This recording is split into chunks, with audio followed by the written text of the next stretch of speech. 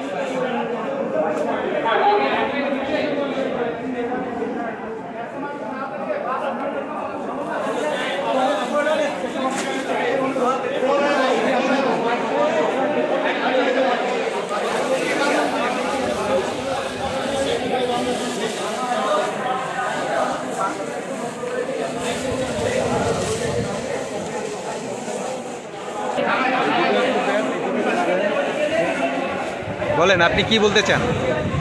আমি বলতে চাচ্ছি যে আজকে এই যে আমাদের সারা বাংলাদেশের ছাত্র জনতার ও ছাত্র সমাজের রক্ত দিয়ে আজকে স্বাধীনতা অর্জন করেছে, এই যে মানুষের অটল ভালোবাসা, এই জিনিসটা যেন বজায় থাকে। সারা বাংলাদেশের মানুষের প্রতি আমার এই আবেদনটা থাকবে যেন আমরা সুন্দর একটা বাংলাদেশ গড়তে পারি সবার ভালোবাসা দিয়ে। আর বর্তমান সরকারকে যেন আমরা পূর্ণভাবে যেখান থেকে পারি সেখান থেকে যেন আমরা সহযোগিতা করি, এই দেশটাকে একটা উন্নতিশীল হিসেবে নতুন প্রজন্মকে যেন আমরা তৈরি করে এই দেশটাকে ভালো একটা জায়গায় দিতে পারি, সেই আশাটাই আমি ব্যক্ত করি।